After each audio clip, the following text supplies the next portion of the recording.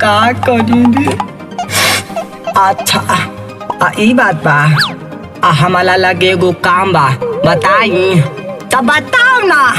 अच्छा थू ना, आवा है ने आवा अदाल के ठेला पे बैठा ले।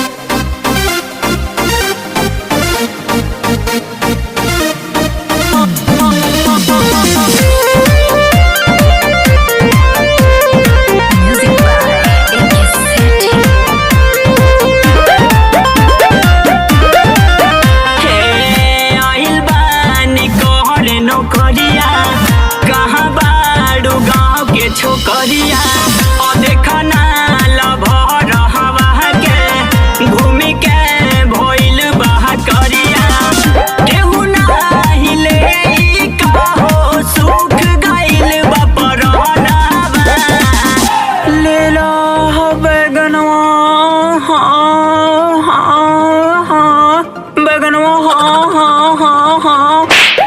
बैगनवा ले लो बैगनवा ले लो बैगनवा जनवा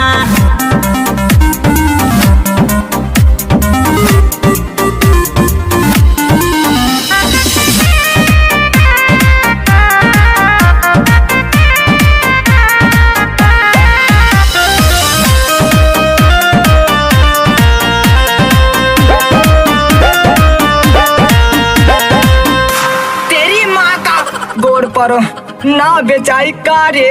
20 रुपया का बेतबा तो बेताई, 10 रुपया का बेता 10 रुपया का। हाँ, बेच 10 रुपया ले लाना हो, 10 रुपया ले लाना, 10 रुपया ले लाना हो, 10 रुपया ले लाना। कहाँ धौली लेके थेला, 10 रुपया ले लाना,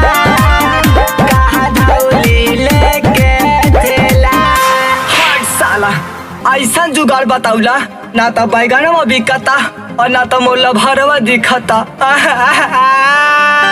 सोचता नी कूद के हम दे दी परनवा बिके नाही मोर बहे गनवा है राम ना तो हम दे देबो यही जे परनवा मिले नहीं आई मोरा जनवा है राम। ना बिचाई कारे फाड़ दे चढ़िया उड़िया। हाँ भैया फाड़ा अब जा 3 दिन दहाड़े मिल के आई।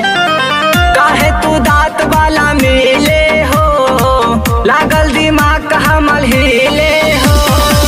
काहे तू दांत वाला मिले हो, लागल दिमाग हमल हिले हो। पकलई बाता दुख वाली होई मोली मैया, जाके माता भैया माल कलई हा, जाके माता भैया माल